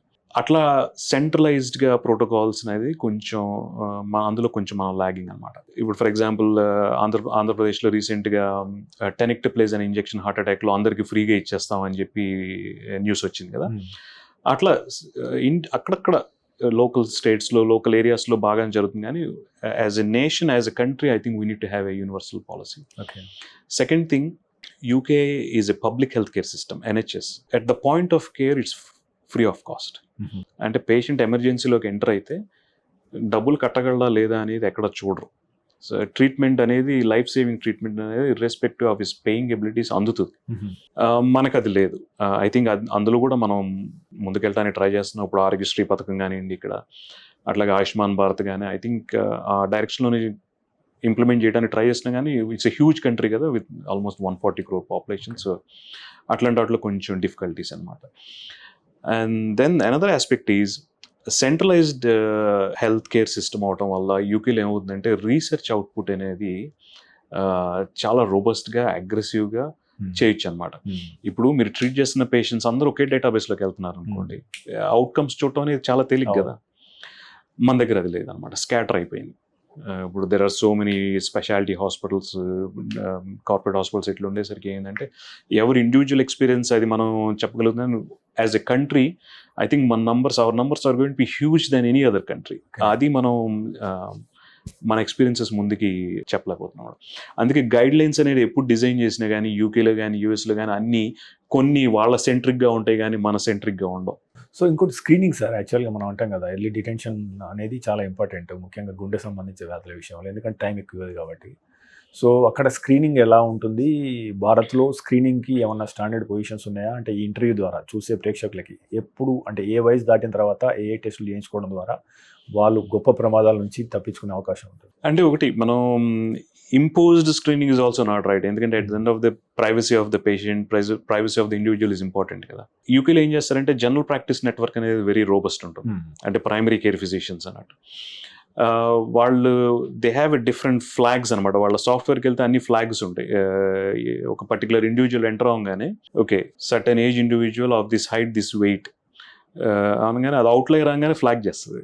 Okay, so then you can start picking on him అనమాట. ఆ పర్టికులర్ ఇండివిజువల్ పట్టుకొని, okay is BM is body mass index is high, so let's see if is at risk of anything అని చెప్పి స్క్రీన్ చేయడం జరుగుతుంది. Again మన ఇందాక question follow up అనమాట, మనకు అట్లాంటి సెంట్రలైజ్డ్ లేదు కదా. లేనప్పుడు రెడ్ ఫ్లాగ్స్ అనేవి ఎక్కడొస్తాయి, రెడ్ ఫ్లాగ్స్ అనేవి రావు కదా. So that's an issue. అందుకని ఇక్కడ onus is on the individual, on the family. వాళ్ళు చూసి డెసిషన్ తీసుకోవాల్సిందే. 19-year-old guy who's going to college, smokes and is obese, I think he should definitely get screened. Okay. అర్థమైంది కదా. What I'm trying to say is, I think the individual or the individual's family, I think we need to raise awareness at that level అన్నమాట. Okay. ఇప్పుడు for example మనం super మార్కెట్కి వెళ్ళి ఏదైనా food item కొన్నాం, ఎంతమంది లేబుల్ చదువుతారు? దాంట్లో సోడియం కంటెంట్ ఎంత, సాల్ట్ కంటెంట్ ఎంత, ట్రాన్స్ ఫ్యాట్ ఎంత, ఇట్లాంటివన్నీ ఎంతమంది అవగాహన లేదు కదా అసలు మనకి. ఐ థింక్ అట్లాంటి we need to raise awareness from probably school kids level. Doctor గారు, అంటే మనకు యాక్చువల్గా మానవాళి, అంటే మన తరంలో చూసిన అతిపెద్ద ఆరోగ్య సంక్షోభం అంటే మనం కరోనా అని చెప్పుకోవాలి. సో కరోనాలో చాలామంది అవసరం లేకుండా సిటీ స్కాన్లు చేయాల్సిన అవసరం వచ్చింది. సో వాటితోని గుండె సంబంధ వ్యాధులు ఏమైనా బయటపడి ఎక్కువ మందికి స్క్రీనింగ్ జరిగి మేలు జరిగిన పరిస్థితులు ఉన్నాయా? మీరు కరోనాని ఏ రకంగా వస్తారు? యాక్చువల్లీ కరోనా అప్పుడు యాజ్ అ కార్డియాలజిస్ట్గా నేను చూసింది ఏంటంటే, డెఫినెట్గా హార్ట్ అటాక్స్ కొంచెం ఎక్కువ చూసాం ఆ టైంలో. కరోనా ఏం చేసిందంటే బ్లడ్ని కొంచెం క్లాటింగ్ టెండెన్సీస్ పెంచింది. ఓకే, బ్లడ్ క్లాట్ అయ్యే టెండెన్సీస్ ఎక్కువ చూసాం అనమాట ఆ టైంలో. అంటే బికాస్ ఆఫ్ దట్ కరోనానా, లేకపోతే because of steroid we use to cure corona? No, because of the corona viral disease itself. Okay. Steroids వల్ల కాదు. సో మన బ్లడ్ క్లాటింగ్ చూసినప్పుడు ఏమైందంటే త్రీ మెయిన్ ఇష్యూస్. ఒకటి హార్ట్ అటాక్, రెండు బ్రెయిన్ స్ట్రోక్, థర్డ్ది పల్మరీ ఎంబాలిజం అంటాం, అంటే లంగ్స్లో క్లాట్స్ అనమాట. యూ వోంట్ బిలీవ్, నేను కరోనా టైంలో చూసిన పల్మరీ ఎంబాలిజం మళ్ళీ తర్వాత చూడలేదు. ఎందుకంటే ఆ డిసీజ్ ఇట్ సెల్ఫ్ ఈజ్ ప్రోథ్రాంబోటిక్ అంటాం, అంటే బ్లడ్ని క్లాట్ అయ్యే టెండెన్సీస్ పెంచే జబ్ అనమాట. సో ఆ టైంలో వచ్చిన హార్ట్ అటాక్స్ అన్ని కూడా ఎక్కువ ఇట్లాంటివి. ఆ బ్లడ్ క్లాట్ క్లియర్ చేస్తే కొంతమందికి స్టెంట్ అవసరం, కొంతమందికి స్టెంట్ అవసరం లేదు. అట్లాగే pulmonary embolism clot burden was so huge అనమాట. మామూలు ఇంజెక్షన్స్ పనిచేసే కాదు. వాళ్ళందరికీ కూడా మెకానికల్ థ్రాంబెక్టమీ అనేది వేరే క్యాథెటర్స్ పెట్టి ఆ క్లాట్ తీసేయడం ఇట్లా చేయడం జరిగింది. అట్లాగే స్ట్రోక్స్ కూడా, బ్రెయిన్ స్ట్రోక్స్ కూడా ఎక్కువ చూడటం జరిగింది. అండ్ దెన్ లాంగ్ కోవిడ్ అని దానికి సంబంధించిన సీక్వెల్ ఉండొచ్చు. కానీ ఐ థింక్ చాలా మందికి ఉన్న అపోహ ఏంటంటే కరోనా తర్వాత ఇచ్చిన వ్యాక్సిన్స్ వల్ల హార్ట్ డిసీజ్ పెరిగినాయి అని. I think there is no data to support that. Doctor గారు, మీరు ఎక్స్పర్ట్ అయిన ఈ హార్ట్ ఫెయిల్యూర్ విషయానికి వస్తే, సాధారణంగా లేమన్ లాంగ్వేజ్లో హార్ట్ ఫెయిల్యూర్ అనగానే అంటే గుండె పూర్తిగా ఆగిపోతుంది కావచ్చు అని అనుకుంటారు. యాక్చువల్గా హార్ట్ ఫెయిల్యూర్ అంటే ఏంటి, హార్ట్ ఫెయిల్యూర్కి హార్ట్ అటాక్ మధ్య తేడా ఏంటి స్పష్టంగా తెలుసుకుందాం. అదే రకంగా ఇప్పుడు మీరు ఇంపెల్లా కానీ ఈసీఎంఓ కానీ అంటే ఏమిటి, ఇవి ఫలితాలను ఏ రకంగా మార్చాయి? హార్ట్ ఫెయిల్యూర్ అంటే ఏంటంటే ఆ పదంలోనే ఉంది, అంటే హార్ట్ ఆగిపోవటం కాదు, inability of the heart to meet the bodies metabolic demands అనమాట. అంటే బాడీకి సరిపడినంత రక్తాన్ని అందించలేకపోవటం ఈజ్ కాల్డ్ హార్ట్ ఫెయిల్యూర్. అంటే పంప్ చేస్తుంది, కాకపోతే ఆ పంపింగ్ లో ఎబిలిటీ తగ్గిపోయింది. Heart attack is different. Heart attack అంటే ఏంటి, గుండె రక్తనాళం బ్లాక్ అయ్యి ఆ మజిల్ అనేది డ్యామేజ్ అయినప్పుడు వచ్చే సిమ్టమ్స్ కానివ్వండి, వచ్చే కాన్సిక్వెన్సెస్ కానీ, that is heart attack. So heart attack can lead to heart failure. Heart failure never leads to heart attack. Okay, so key difference అనమాట. అండ్ దెన్ ఈ ఇంపెల్లా, ఎక్మో, ఈసీఎంఓ ఇట్లాంటి device తీసుకున్నట్టంటే ఇది పర్టికులర్గా 2 సిచ్యువేషన్స్లో వాడతాం. ఇది హార్ట్ అటాక్లోనూ వాడతాం, హార్ట్ ఫెయిల్యూర్ను వాడతాం. ఇందాక నేను చెప్పినట్టు కార్డియోజెనిక్ షాక్ అన్నాం కదా, ఎప్పుడైనా మేజర్ హార్ట్ అటాక్ అంటే ఇప్పుడు ఫర్ ఎగ్జాంపుల్ కొన్ని ఆర్టరీస్ ఉన్నాయి ఆ హార్ట్లో, లెఫ్ట్ యాంటీరియర్ డిసెండింగ్ ఆర్టరీ అని ఎల్ఏడి అంటాం, అట్లాగే లెఫ్ట్ మెయిన్ ఆర్టరీ అని ఉంటుంది, లెఫ్ట్ మెయిన్ స్టెమ్. వాటిలో బ్లాక్ అయితే ఏమవుతుందంటే ఇమీడియట్గా బ్లడ్ ప్రెషర్ డ్రాప్ అయిపోద్ది అనమాట, షాక్లోకి వెళ్తారు పేషెంట్. ఎందుకంటే ఆల్మోస్ట్ మెజారిటీ ఆఫ్ ద హార్ట్కి బ్లడ్ సప్లై చేసేది ఎల్ఏడి ఆర్టరీ అనమాట. అండ్ అదే లెఫ్ట్ మెయిన్ కూడా బ్లాక్ అయింది అనుకోండి, so LAD, circumflex 2 arteries black అయిపోతాయి. సో అంటే whole of the left side of the హార్ట్కి బ్లడ్ అందదు. ఇట్లాంటి సిచ్యువేషన్లో బ్లడ్ ప్రెషర్ బాగా డ్రాప్ అయ్యి షాక్లోకి వెళ్తారు అనమాట. షాక్ అంటే ఏంటి, మిగతా అవయవాలకి కావాల్సినంత రక్తం అందక ఫెయిల్ అవటం అనేది, యాసిడ్స్ క్లియర్ అవ్వకపోవటం, అట్లాగే కిడ్నీస్ ఫెయిల్ అవటం, ఇట్లాంటివి. ఈ షాక్ సిచ్యువేషన్లో మామూలు ట్రీట్మెంట్ పనిచేయదు. ఇది ఇమీడియట్గా క్యాథ్లాబ్కి తీసుకెళ్ళి యాంజియోగ్రామ్ చేసి స్టెంట్ పెట్టడం అనేది పనిచేయదు ఇందులో. అండ్ వీ బీన్ సీయింగ్, మనం ఆ ట్రీట్మెంట్ చేస్తే రిజల్ట్ ఒకటే అనమాట, ఎప్పుడు కూడా ఇంప్రూవ్మెంట్ కనపడదు. ఇట్లాంటి సిచ్యువేషన్లో ఇంపెల్లా అనే device is really life saving అనమాట. దో ఎక్స్పెన్సివ్, మనం కనుక టైంకి ఇంపెల్లా ఇనిషియేట్ చేస్తే హార్ట్కి రెస్ట్ దొరుకుతుంది. అప్పుడు మనం ఇమ్మీడియట్గా మన యాంజియోప్లాస్టీ అంతా కంప్లీట్ చేసుకుని let them recover in ICU for 2 to 3 days and then they will come out. So మీరు అడగొచ్చు, ఇంపెల్లా పెట్టకుండా చేసినప్పుడు అయ్యే ప్రాబ్లం ఏంటి, ఇంపెల్లా పెడితే ఉండే బెనిఫిట్ ఏంటంటే, ఒక్కొక్కసారి ఆర్టరీ ఓపెన్ చేసినప్పుడు కూడా ఆ ఇమ్మీడియట్గా గష్ ఆఫ్ బ్లడ్ అనేది ఫ్లో అవటం మొదలవుతుంది కదా, దానివల్ల వచ్చే రీపర్ఫ్యూజన్ ఇంజరీస్ అంటాం. అట్లాంటి సిచ్యువేషన్స్ తట్టుకోవాలంటే ఈ డివైజెస్ ఉంటేనే, లేకపోతే అవ్వదు. ఓకే, ఇంకా సివియర్ ఫార్మ్ ఆఫ్ షాక్ ఉంటుంది, అందులో ఇంపెల్లా కూడా పనిచేయదు, వాళ్ళకి కంపల్సరీగా ఈసీఎంఓ పెట్టాల్సిందే. ఎక్మో మీద పెట్టి మనం ట్రీట్మెంట్ చేసి వాళ్ళని కనుక ఐసీయూలో ఒక 5 to 7 days ఇచ్చి సెటిల్ చేస్తే it really works in wonders అనమాట. ఎక్మో పెట్టిన 5 to 7 days there going to be lot of issues, bleeding issues కానీ, ఇట్లాంటి ఇన్ఫెక్షన్స్ కానీ, ఇట్లాంటి అన్నీ ఉంటాయి. అవన్నీ మేనేజ్ చేసుకోగలిగాము. అవన్నీ కనుక కేర్ఫుల్గా మేనేజ్ చేసుకుని బయటకు తీసుకొస్తే దే డూ రియలీ వెల్. హైదరాబాద్లో విఏ ఎక్మో ఈ సిచ్యువేషన్లో పెట్టేది విఏ ఎక్మో అంటాం. విఏ ఎక్మో మన హాస్పిటల్లో probably one of the high volume centres and we have a huge expertise in it అనమాట. ఎందుకంటే ఒక షాక్ టీమ్ అనేది ఫామ్ చేయడం జరిగింది. ఇందులో నేను, అట్లాగే మన ఐసీయూ టీం, వీళ్ళందరూ పార్ట్ అనమాట. ఇట్లాంటి పేషెంట్స్ని చాలా ఎర్లీగా డయాగ్నోస్ చేస్తాం, ఎర్లీగా ఐడెంటిఫై చేస్తాం. చేసేసి రొటీన్ ట్రీట్మెంట్ పనిచేయదు. You have to do something different అనమాట. ఆ సంథింగ్ డిఫరెంట్ ఏంటంటే ఎక్మో. కొన్నిసార్లు ఎక్మో పెట్టి స్టెంట్ పెడతాను, కొన్నిసార్లు స్టెంట్ చేసి ఇమీడియట్గా అక్కడ ఎక్మో పెడతాను. కొంచెం వేరీ అవ్వచ్చు కానీ, బట్ ఎక్మో పెట్టి రెస్ట్ ఇచ్చి ఆర్గాన్స్ని, అవయవాలు అన్ని సపోర్ట్ చేస్తే ఇట్ వర్క్స్ వండర్స్ అనమాట. ఒక ఎగ్జాంపుల్ చెప్తాను. ఉదాహరణకి లాస్ట్ ఇయర్ ఇదే టైంకి, వింటర్లో యాక్చువల్ కొంచెం ముందు, ఒక 35-year-old ఇండివిజువల్ మన ఎమర్జెన్సీకి పొద్దున 5 చెస్ట్ పెయిన్ తోటి హీ వాక్డ్ ఇన్, కథ ఈవెన్ సివియర్ పెయిన్ అనమాట, walked in and then collapsed in the emergency. అవగానే మన ఎమర్జెన్సీ టీం చాలా హీరోయిక్గా ఇమ్మీడియట్గా సిపిఆర్ స్టార్ట్ చేసి 1 hour సిపిఆర్ ఆపలేదు. పల్స్ వచ్చే వరకు సిపిఆర్ ఆపలేదు అనమాట.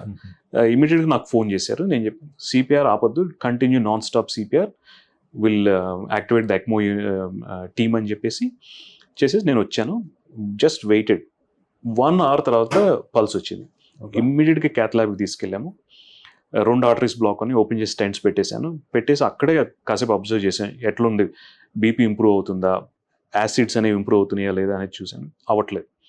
సో ఏంటంటే ఆ షాక్ అనేది సెట్ ఇన్ అయింది. ఆ షాక్ అనేది సెట్ ఇన్ అయినప్పుడు మీరు స్టెంట్స్ పెట్టినా కూడా ఈ షాక్ స్పైరల్ అనేది బ్రేక్ చేయకపోతే ఇంప్రూవ్మెంట్ ఉండదు.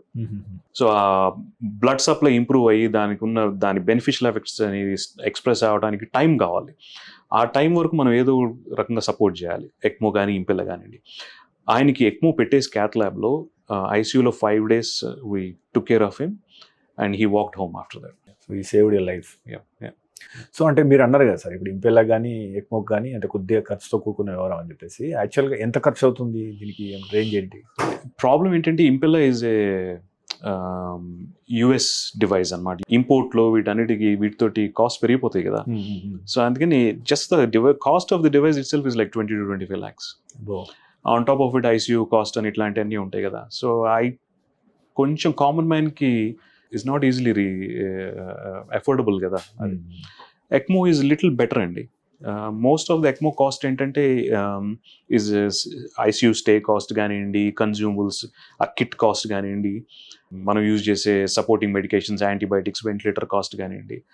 ఐ థింక్ ఒక ఇంపెల్లా అయ్యే కాస్ట్ మనం ఈజీగా ఒక 7 days or 10 days ECMO, PCI అంటే స్టెంటింగ్ మొత్తం కంప్లీట్ చేసి పంపించవచ్చు. ఓకే, ప్రాబ్లం లెస్, ఇంకా అంతకంటే కూడా తక్కువ అవ్వచ్చు. అంటే డాక్టర్ గారు అంటే ఇప్పుడు మనం ఎవాల్వ్ చూస్తే ఎట్లా ఎవాల్వ్ అయినా అంటే మనం బిఫోర్ దట్ ఈ స్టంట్ గురించి కూడా ఇట్నే మాట్లాడాం అంతకుముందు.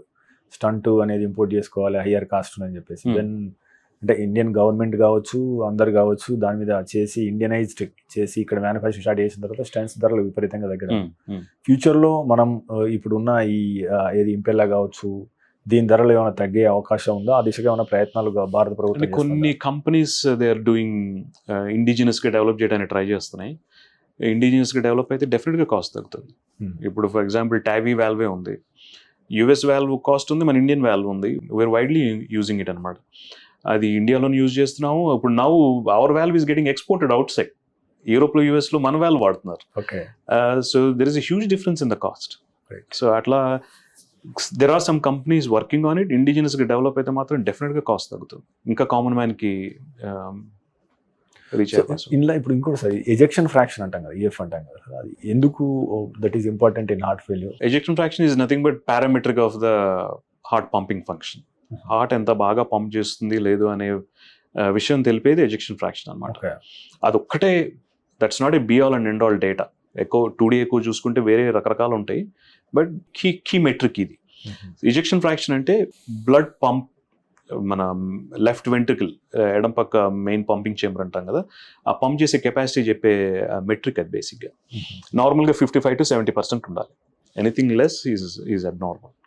అప్పుడు మనకు దానికి సంబంధించిన కాజెస్ ఏంటి అనేది ఎత్తుకుంటాం. సాధారణంగా ఇండియన్స్లో అంటే because of various reason hyper tension బాగా పెరుగుతూ పోతుంది. సో హైపర్ టెన్షన్ అనేది గుండె జబ్బులకు ఏ రకంగా కారణం అవుతుంది?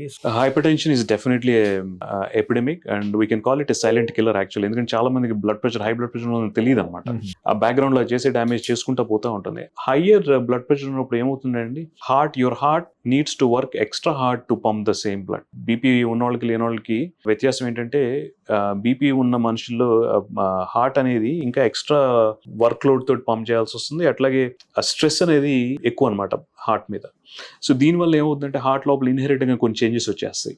హార్ట్ మజిల్ ఎన్లార్జ్ అవటం and then over a period of time heart fail అయిపోవటం జరగవచ్చు. అట్లాగే హయ్యర్ ప్రెషర్స్ అనేవి కొరోనరీ ఆర్టరీస్, హార్ట్ ఆర్టరీస్కి ట్రాన్స్మిట్ అయినప్పుడు ఆ లోపల కూడా చేంజెస్ వచ్చి హార్ట్ అటాక్స్ వచ్చే అవకాశం కూడా చాలా ఎక్కువ అనమాట. హయ్యర్ బ్లడ్ ప్రెషర్ అనేది we're seeing definitely at a young age. And one of the major problems is people come very late. లేట్గా వచ్చినప్పుడు ప్రాబ్లం ఏమవుతుంది, ఇప్పుడు మన బాడీలో ఆర్టరీస్ అన్ని నార్మల్గా ఎట్లా ఉండాలంటే, ఇప్పుడు గార్డెన్లో వాటర్ పెట్టే పైప్ ఉంటుంది కదా, సాఫ్ట్గా ఉంటుంది. వాటర్ వచ్చినప్పుడు ఎన్లార్జ్ అవుతుంది, వాటర్ లేగానే కొలాప్స్. అట్లా ఉండాలి బాడీలో ఆర్టరీస్ కూడా. కంప్లైన్స్ అంటాం దాన్ని, అది పోతుంది. ఇందులో పోయి రిజిడ్గా అయిపోతాయి, లెడ్ పైప్స్ లాగా రిజిడ్గా అయిపోతాయి ఆర్టరీస్. అట్లాంటప్పుడు ఆ ప్రెషర్ అంతా ట్రాన్స్మిట్ అయ్యి కిడ్నీస్ ఫెయిల్ అవటం, బ్రెయిన్ స్ట్రోక్ రావటం, హార్ట్ అటాక్స్ అవటం, ఇట్లాంటివన్నీ జరిగే రిస్క్ ఎక్కువ అనమాట. సో ఇంత లేట్గా వచ్చినప్పుడు ప్రాబ్లం ఏంటంటే, నంబర్ ఆఫ్ మెడిసిన్స్ ఎక్కువ పెట్టాల్సి వస్తుంది. 4, 5, 6 మెడిసిన్స్ రోజుకి 3 సార్లు. And studies have shown compliance, ఇన్ని మందులు పెట్టినప్పుడు కంప్లైన్స్ అనేది ఉండదు, మిస్ అవుతారు ఆటోమేటిక్, న్యాచురల్ కదా. మధ్యాహ్నం పొద్దున మధ్యాహ్నం సాయంత్రం అట్లా టాబ్లెట్స్ వేసుకుంటారు, ఏదో ఒకటి మిస్ అవుతారు, మిస్ అయ్యే అవకాశం బిజీ వర్క్ షెడ్యూల్లోనో ఎక్కడో బిజీ అయ్యి మిస్ అవుతారు. మిస్ అయినప్పుడు ఆటోమేటిక్గా కంట్రోల్ తప్పిపోతుంది బ్లడ్ ప్రెషర్. సో దీనికోసమని రీనల్ డీనర్వేషన్ అని ఒక ట్రీట్మెంట్ థెరపీ అనేది బాగా రీసెర్చ్ చేసి ఇప్పుడే వస్తుంది.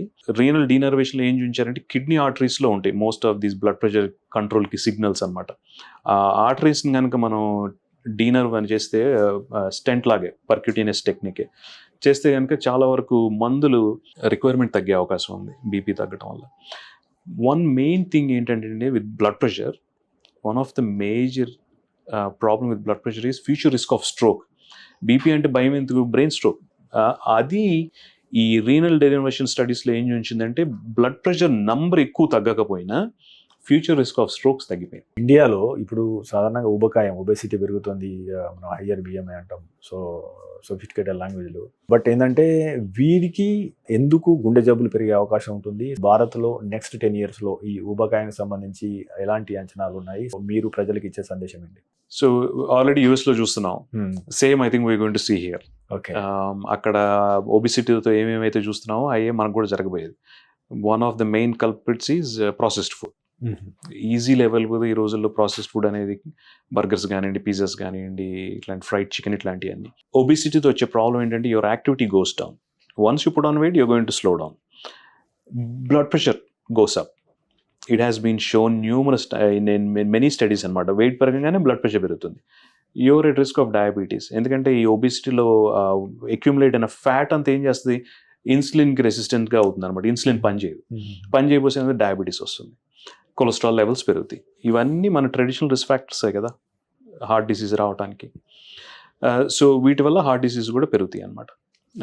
It's going to already I think lot of Indians are obese తెలియకుండానే, and it's going to explode in the next 10 years. I think numbers చెప్పడం కష్టం, but it's going to go up. So I think we need to, ఒక్కటే message ఏంటంటే stop smoking, don't go near drugs, cut down the alcohol intake, and exercise regularly. So these are the main things. And then I think one other important thing is take away food అనేది కూడా ఎంత control చేసుకుంటే అంత better. Stick with the home cooked food. ఎందుకంటే చాలా వరకు processed food, అట్లాగే బయట అవుట్లెట్స్ లేవు. I think they use palm oil, and palm oil is not at all good for health అనమాట. It promotes obesity. సార్, ఇప్పుడు మానవ పరిణామ క్రమంలో మనం వద్దన్నా అవునన్నా రాను సెడెంటరీ లైఫ్ స్టైల్ పెరుగుతుంది. సో కూర్చొని 8 గంటలు లేదా 10 గంటలు పనిచేయాల్సిన పరిస్థితి ఏర్పడింది. సో దాంతో కొన్ని రకాల సమస్యలు వస్తున్నాయి యాక్చువల్గా. ముఖ్యంగా ఇందులో వ్యాయామానికి ఎక్కువ ప్రాముఖ్యత ఇవ్వని వాళ్ళకి ఇబ్బందులు వస్తున్నాయి. మీరు అంటే గత 20 సంవత్సరాలుగా ఈ ఫీల్డ్లో ఉన్నారు కాబట్టి వ్యాయామం యొక్క ప్రాముఖ్యత ఏంటి? ఈ సెడెంటరీ లైఫ్ స్టైల్ ఉన్న వాళ్ళు వ్యాయామం విషయంలో తప్పక చేయాల్సిన పనులేంటి? వ్యాయామం వల్ల బాడీ మీద ఉన్న ఎఫెక్ట్స్ని ఐ కెనాట్ ఎంఫసైజ్ ఎనఫ్. ఎట్లా చెప్పొచ్చు అంటే, ఏమి వ్యాయామం చేయని వాళ్ళకి కంటే నడిచే వాళ్ళు బెటర్, నడిచే వాళ్ళకంటే రెగ్యులర్గా ఎక్సర్సైజ్ చేసి జాగింగ్ అని ఇట్లాంటి వాళ్ళు చేసే బెటర్, వాళ్ళకంటే ఇంకా రెగ్యులర్గా స్పోర్ట్ ఆడి చేసేవాళ్ళు ఇంకా బెటర్. సో స్టడీస్ ఏం చూపించినాయి అంటే, even if you can do 2500 steps a day, benefits of that on the body on the whole in controlling modifiable risk factors is huge అనమాట. My only advice, get up and walk, get up and start walking today. So నేను లండన్లో ఉన్నప్పుడు public trains ఎక్కువ వాడేవాళ్ళం కదా, metro అంటాం. అక్కడ ఒక పోస్టర్ ఉండేదన్నమాట, బాగా గుర్తు ఇప్పటికీ. నాకు చాలామంది పేషెంట్స్ షేర్ చేశాం. ఒక లావాట్ అమ్మాయి సైకిల్ మీద మెల్లిగా తొక్కుతున్నట్టు ఉంటుంది అనమాట. దాని క్యాప్షన్ ఏమని ఉంటుందంటే, దిస్ గర్ల్ కెన్ డూ అని చెప్పి. అంటే అర్థం ఏంటంటే, she's putting an effort, she's getting out of the house, getting out of the sofa and putting an effort అనమాట. సో వర్షం పడుతుంది, చల్లగా ఉంది, ఎండలు ఎక్కువ ఉన్నాయి, అన్ని excuses. I think the fit you are, the healthier you are. ఆహారం విషయంలో ముఖ్యంగా అంటే ఏం తింటే హార్ట్ రిస్క్లు పెరుగుతుంది, ఏం మానేస్తే బెస్ట్? అంటే ఇప్పుడు సాధారణంగా నాన్ వెజ్ కావచ్చు, రెడ్ మీట్ కావచ్చు, ముఖ్యంగా ఆయిల్స్ విషయంలో తీసుకోవాల్సిన జాగ్రత్తలు ఏంటి? సో LDL HDLకు మనకు దాని నియంత్రణలో ఉంచాలంటే ఏం చేస్తే బాగుంటుంది? సో మా సీనియర్ ఫిజిషియన్ ఒక ఆయన ఉన్నారు, ఆయన చాలా బాగా చెప్తారు ఇది డైట్ గురించి. Sweets, sugars, fried foods, processed foods అంటే maida completely avoid. Any meat, 4-legged animal meat avoid.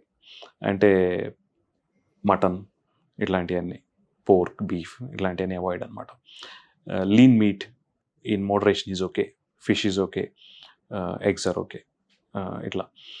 And నేను చెప్పేది ఏంటంటే చాలామందికి అర్థం అవడానికి సింపుల్గా చెప్తాను. తెల్ల ఫుడ్ ఐటమ్స్ అన్ని replace it with brown food items, right?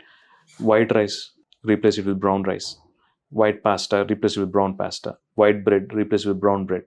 మినప దోశల కంటే pesarattu better because it's protein content ఎక్కువ, ఫైబర్ కంటెంట్ ఎక్కువ, ఇట్లాంటివి అనమాట. ఆయిల్స్ విషయానికి వస్తే పామ్ ఆయిల్ డెఫినెట్గా అవాయిడ్ చేయాలి. Olive oil Indian style of cooking పనికిరాదు. ఐ థింక్ రిఫైన్డ్ ఆయిల్స్ వాడచ్చు, బట్ ఏంటంటే change it all the time so that దాని టాక్సిక్ ఎఫెక్ట్స్ అక్యుములేట్ కాకుండా ఉంటాయి అనమాట. But bottom line is use as little as possible. సాధారణంగా మనకు WHO ప్రకారము మనకు ఆల్మోస్ట్ పుట్టిన ప్రతి పిల్లలు అంటే 1.3% of people have birth defect in గుండెలో. ఈ పుట్టుకతోనే గుండె జబ్బులు 1.3% వస్తున్నాయని చెప్పేసి ప్రపంచ ఆరోగ్య సంస్థ చెప్తుంది కదా. దీన్ని మనం ప్రారంభంలో ఎందుకు గుర్తించలేకపోతున్నాం? కొంతమందిలో గుర్తించడానికి మనకు 10 సంవత్సరాలు, కొంతమందిలో 16 సంవత్సరాలు, కొంతమందిలో పెళ్లి తర్వాత కూడా ఏజ్డ్ ఇలాంటి సమస్యలు బయటపడుతున్నాయి. సో దీనికి గల కారణాలు ఏంటి? దీని మీద మీ అభిప్రాయం ఏంటి?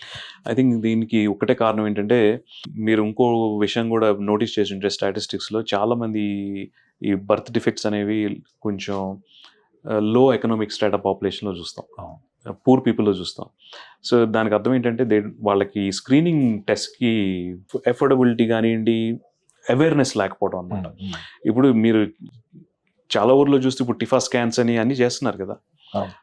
అయినా కూడా ఎందుకు ఇంత చూస్తున్నామంటే I think big chunk of population awareness లేక ఈ స్క్రీనింగ్ అనేది జరగట్లేదు. ఐ థింక్ దానివల్ల మనం బర్త్ డిఫెక్ట్స్ అనేవి లేట్ గా పిక్ చేయడం జరుగుతుంది. మన భారత్లో ముఖ్యంగా వస్తా అంటే ఇప్పుడు మనం ఏమంటాం, డయాబెటీస్ క్యాపిటల్ ఆఫ్ వరల్డ్ అంటున్నాం మన ఇండియాని. సో ఆ క్యాప్షన్ మనకు ఒక రకంగా హర్ట్ చేస్తున్నా కానీ అది నిజం. యాక్చువల్లీ రాను రాను కూడా ఇక్కడ మనకు డయాబెటీస్ పెరుగుతుంది. సో డయాబెటీస్కు హార్ట్ డిసీజ్కు ఉన్న సంబంధం ఏంటి? ముఖ్యంగా డయాబెటీస్ పేషెంట్లు ఎటువంటి జాగ్రత్తలు తీసుకోవడం ద్వారా గుండె జబ్బులకు దూరంగా ఉండే అవకాశం ఉంది? మనం హార్ట్ డిసీజ్కి ఎన్నో రిస్క్ ఫ్యాక్టర్స్ చెప్తాం కదా, బట్ నన్ను అడిగితే రెండే ఇంపార్టెంట్ రిస్క్ ఫ్యాక్టర్స్ అనమాట. ఒకటి స్మోకింగ్, రెండు డయాబెటీస్. ఓకే, మెయిన్ ఇవే. సో డయాబెటీస్ వల్ల ఏం జరుగుతుందంటే మైక్రోవాస్కులర్ డ్యామేజ్ అని జరుగుతుంది అనమాట. ఆర్టరీస్ లైనింగ్ ఏదైతే ఉందో అది డ్యామేజ్ అయిపోతుంది షుగర్. ఓకే, ఈ ఆర్టరీ లైనింగ్ అనేది మనకి ప్రొటెక్టివ్ మెకానిజం అనమాట. ఎప్పుడైతే ఈ డ్యామేజ్ అవుతుంది, ఈ ఎండోథీలియల్ డిస్ఫంక్షన్ అండ్ డయాబెటీస్ వల్ల కొలెస్ట్రాల్ అనేది లోపలికి చేరడానికి ఆస్కారం అనమాట. So that is how diabetes causes heart attacks and brain strokes. ఇవన్నీ కూడా ప్రాబ్లం ఏంటంటే డయాబెటీస్ ఉన్నప్పుడు బాగా సివియర్ డయాబెటీస్, పూర్లీ కంట్రోల్ డయాబెటీస్లో ఉన్నప్పుడు స్మాల్ నర్వ్స్ ఆ పెయిన్ క్యారింగ్ సెన్సేషన్ ఎబిలిటీ పోతుంది అనమాట వాడికి. దాంతో వాళ్ళకి సిమ్టమ్స్ తెలవకపోవచ్చు. నడుస్తుంటే పెయిన్ ఏం లేదు, నాకు కొంచెం ఆయాసం వస్తుందని చెప్తుంటారు ఇప్పుడు డయాబెటిక్ పేషెంట్స్ అనమాట. ఆల్రెడీ డయాబెటీస్తో సఫర్ అవుతాం ఒక డ్రాబ్యాక్ అంటే, మళ్ళీ ఈ పెయిన్ సెన్సేషన్ తెలవకపోవడం ఇంకో డ్రాబ్యాక్ అనమాట. దానివల్ల ఏమవుతుందంటే they present very late with heart disease. మీరు చూసినట్టయితే డయాబెటిక్ పేషెంట్స్ని మనం యాంజియోగ్రామ్ చేస్తే మల్టిపుల్ బ్లాక్స్ ఉంటాయి ఎప్పుడు వాళ్ళకి. ఓకే, చాలా మంది పేషెంట్స్ అడుగుతుంటారు, సార్ మీరు స్టెంట్స్ అంటున్నారు, బైపాస్ అంటున్నారు, ఆల్రెడీ డయాబెటీస్. ఆ డయాబెటీస్ వల్ల వచ్చింది ఇది, ఈ వదిలేస్తే ఎట్లాగో అని అనమాట. ఓకే, సో అది ఇంకో డ్రాబ్యాక్ అనమాట. సో ఐ థింక్ డయాబెటీస్ ఉన్న వాళ్ళకి ఏంటంటే మనం హైట్ అండ్ అవేర్నెస్, కొంచెం ఎక్స్ట్రా ఎఫర్ట్ పెట్టి స్క్రీనింగ్ చేయాలి. అండ్ నా ఉద్దేశం ఏంటంటే ఒట్టి ట్రెడ్మిల్తో ఆగొద్దు. ఒక డయాబెటిక్ పేషెంట్ ఈసీజీ ఎక్కువ ట్రెడ్మిల్ చేసి అక్కడతో ఆగొద్దు. Maybe do something little extra, CT calcium score లాంటిది. సిటీ కాల్షియం స్కోర్ చేసి చూడండి. CT calcium score is a surrogate for coronary artery disease. అది కూడా 100,000 వేలలోకి వెళ్ళిపోయింది అనుకోండి, సివియర్ డిసీజ్ ఉండే అవకాశం చాలా ఎక్కువ కదా. సో ఎర్లీగా ఐడెంటిఫై చేయొచ్చు వాళ్ళని. సో డాక్టర్ గారు, మీ ప్రాక్టీస్లో ఒకటి యూకేలో కేసు చెప్పండి, ఒకటి ఇండియాలో కేసు చెప్పండి. అంటే విచిత్రమైనది, పెక్యులర్గా ఉన్నది, అది దాని గురించి వివరిస్తారు ఏదైనా కేసు? పెక్యులర్ అని కాదు, నేను యూకేలో చూసిన youngest heart attack patient is an Indian. ఇండియాలో ఎట్లాగో ఇండియనే కదా. సో యూకేలో నేను వచ్చేసే ముందు జరిగింది అనమాట. ఒక ఆంధ్ర అబ్బాయి సాఫ్ట్వేర్ ఇంజనీర్ అక్కడ జాబ్ కని వచ్చాడు. 28 years came with heart attack అనమాట. యాంజియోగ్రామ్ చేస్తే నేను ఇందాక చెప్పినట్టుగానే లెఫ్ట్ మెయిన్ ఆర్టరీ అక్లూడ్ ఉంది, ఓపెన్ చేసి సేవ్ చేయడం జరిగింది. అక్కడ చూస్తున్నాను అనుకుంటే ఇక్కడికి వచ్చినాక ఇంకా 19కి 26కే చూడటం జరుగుతుంది. What I'm trying to say is, I think we are at higher risk of heart disease at a young age for various reasons. ఒత్తిడి కూడా ఏమన్నా కారణం ఉంటుంది సార్ ఇలా? ఒత్తిడి వల్ల మీకు ఏమవుద్దంటే స్ట్రెస్ వల్ల, క్రానిక్ స్ట్రెస్ వల్ల dietary habits, lifestyle changes వచ్చేస్తాయి. You may not exercise, you may eat unhealthy, you don't want cook, you don't have time to cook కదా. సో టేక్ అవే తెచ్చుకుందాం, ప్రాసెస్ ఫుడ్స్ తింటాం.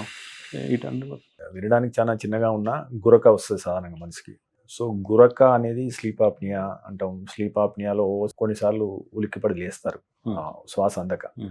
అది కూడా heart failure కానీ గుండె సంబంధ వ్యాధులకు కానీ కారణమవుతుందా? ఎప్పుడు జాగ్రత్త పడాలి? చాలా మంచి పాయింట్ చెప్పారు మీరు. ఆ ఉలిక్కిపడి లేచినట్టు వాళ్ళకి తెలియని కూడా తెలియదు స్లీప్ యాప్నియాలో. So sleep apnea is again endemic అండి ఇండియాలో పర్టికులర్లీ. బాగా ఎక్కువ చూస్తున్నాం స్లీప్ యాప్నియా. అండ్ చాలా మంది ఇంకా సరదాగా చెప్తుంటారు, గురక పెడితే నేను పక్క రూమ్ లో వెళ్ళి పడుకున్నానని చెప్పి. పక్క రూమ్ లో వెళ్ళి పడుకుంటారు కానీ హెల్త్ కేర్, మనం మెడికల్ అడ్వైస్ సీక్ చేయాలనే అవగాహన అయితే లేదు. ఇప్పుడు వైఫ్ బాగా గురక పెడుతుంది, హస్బెండ్ వెళ్ళి పక్క రూమ్ లో పడుకోవడం, ఆర్ వైస్ వర్సా అట్లా అనమాట. బట్ అబ్స్ట్రక్టివ్ స్లీప్ యాప్లో ఏం జరుగుతుందంటే మీకు ఫర్ వేరియస్ రీజన్స్ ఆక్సిజన్ అందదు. ఓకే, బ్రెయిన్కి ఆక్సిజన్ అందదు. అందుకే వాళ్ళ బ్రీతింగ్ ప్యాటర్న్ కనుక మీరు అబ్జర్వ్ చేస్తే గ్రాడ్యువల్గా ఇట్లా తగ్గుకుంటూ వచ్చి సడన్గా అయిపోతుంది. అప్పుడు ఉలికి పడతారు అనమాట. అది వాళ్ళకి తెలియని కూడా తెలియదు. ఉలికిపడి అదేంటి, అది ఇట్స్ స్టిమ్యులస్ ట్రిగ్గర్. అది ఆక్సిజన్ అందట్లేదు అనే ట్రిగ్గర్తో సడన్గా లేగుస్తారు అనమాట. మళ్ళీ పడుకుంటారు. Again that cycle repeats. దీన్ని స్లీప్ స్టడీ చేస్తే ఇమ్మీడియట్గా పట్టేసుకోవచ్చు మనం. స్లీప్ స్టడీ అని ఉంటుంది. చేస్తే నైట్ ఆక్సిజన్ లెవెల్ ఎంత కిందకి వెళ్తుంది, ఎన్నిసార్లు లేచారు అన్నీ డిటెక్ట్ చేయొచ్చు అనమాట. స్లీప్ యాప్నియా వల్ల వచ్చే సైడ్ ఎఫెక్ట్స్ చాలా ఉన్నాయి. ఎందుకంటే your quality of sleep is very poor కదా నైట్లో. డే టైం పడుకోవటం, డే టైం డ్రౌజీగా ఉండటం, వర్క్ చేయడంలో యాక్టివ్గా లేకపోవటం, బ్రెయిన్ అంతా ఫాగ్ అనిపించడం, వెయిట్ పెరిగిపోవటం, ఏట్రల్ ఫిబ్రిలేషన్ ఇట్లాంటివన్నీ రిస్క్ రావడం ఇవన్నీ జరుగుతుంటాయి. స్లీప్ యాప్నియా వల్ల వచ్చే హార్ట్ ఫెయిల్యూర్ కూడా ఉంది. But that is predominantly right side heart failure. ఎందుకంటే స్లీప్ యాప్నియా వల్ల లంగ్స్కి ఆక్సిజన్ అందట్లేదు కదా. సో లంగ్స్లో ప్రెషర్ బిల్డ్ అయ్యి అది రైట్ సైడ్ ఆఫ్ ద హార్ట్కి ట్రాన్స్మిట్ అయ్యి an individual can develop a right sided heart failure. దానివల్ల ఏం జరుగుతుందంటే కాళ్ళల్లో వాపు రావటం, పొత్తిగడుపు దగ్గర నీరు రావటం, ఇట్లాంటివన్నీ జరగవచ్చు. సో డాక్టర్ గారు, మనం అంటే అడ్వాన్స్ వచ్చిన తర్వాత మనం గుండెను మార్పిడి చేస్తున్నాము, వేరే వారి గుండెతోని ఆపరేషన్ చేసి. ఈ గుండె మార్పిడి అనేది ఎవరికి అవసరం అవుతుంది, ఏ సందర్భాల్లో చేస్తారు, ఇప్పటి వరకు ఎంత % ఆఫ్ ది కేసులో ఇది సక్సెస్ అయింది? మీరు వరల్డ్ వైడ్ డేటా చూసుకుంటే కనుక ఎప్పుడు కూడా హార్ట్ ట్రాన్స్ప్లాంట్ డేటా అనేది 5 years 10 years అని చెప్తాం. అంటే ట్రాన్స్ప్లాంటేషన్ చేసినాక ఎంతమంది 10 years సర్వైవ్ అవుతున్నారు. Survival is very good these days. Okay, almost 80% surviving up to 10 years అనమాట. Because of the advent of immunosuppressive drugs కానివ్వండి, జనరల్ అవగాహన పెరగటం, అవేర్నెస్ పెరగటం, కేర్ అనేది బాగా తీసుకోవటం వల్ల. జనరల్గా ఎవరికి రికమెండ్ చేస్తామంటే హార్ట్ ట్రాన్స్ప్లాంటేషన్ హార్ట్ ఫెయిల్యూర్ పేషెంట్స్కి. But not every heart failure patient needs heart transplantation.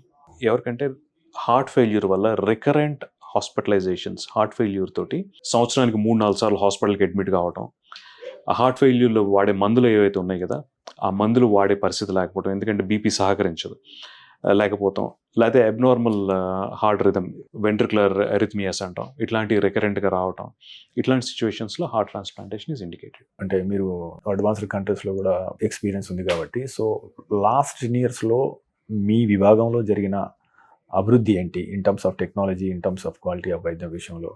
వచ్చే 10 yearsలో ఏవేవి పైప్ లైన్లు ఉన్నాయి ఇన్ టర్మ్స్ ఆఫ్ ఇన్వెన్షన్స్ విషయంలో కావచ్చు, మనం చేసే వైద్యంలో ఎలాంటి మార్పులు రావున్నాయి? ఈ రెండు గురించి చెప్తాను. ఒక 10 years బ్యాక్ చూసుకుంటే కనుక మనం ఇంపెల్లా కానివ్వండి, ట్యాబీ కానివ్వండి, ఇప్పుడు అట్లాగే మైట్రా క్లిప్ అని వచ్చింది, లీకింగ్ వాల్వ్స్ ట్రీట్మెంట్ అసలు వీ వర్ నోవేర్ అనమాట. సో నౌ అవన్నీ ఈజీగా అవైలబుల్ అవడం is a definite advance. Then VADs గురించినే ఉండటం, వెంట్రికులర్ అసిస్ట్ డివైసెస్ అని చెప్పి. వ్యాడ్స్లో కూడా రెవల్యూషనరీ చేంజెస్ వచ్చేసినాయి. ఇప్పుడు ఈవెన్ మినియేచర్ పంప్స్ వచ్చేసినాయి హార్ట్ సపోర్ట్ చేయడానికి. అట్లాంటివన్నీ కూడా easily available now.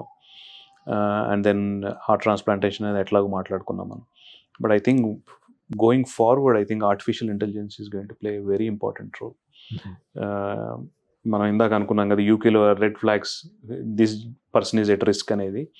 I think AI is going to play a huge role in identifying people who are at risk of heart disease, and already heart disease ఉన్న వాళ్ళు who is going to progress towards heart failure. And I think ఈ metrics అన్ని కూడా I think AI is going to revolutionize.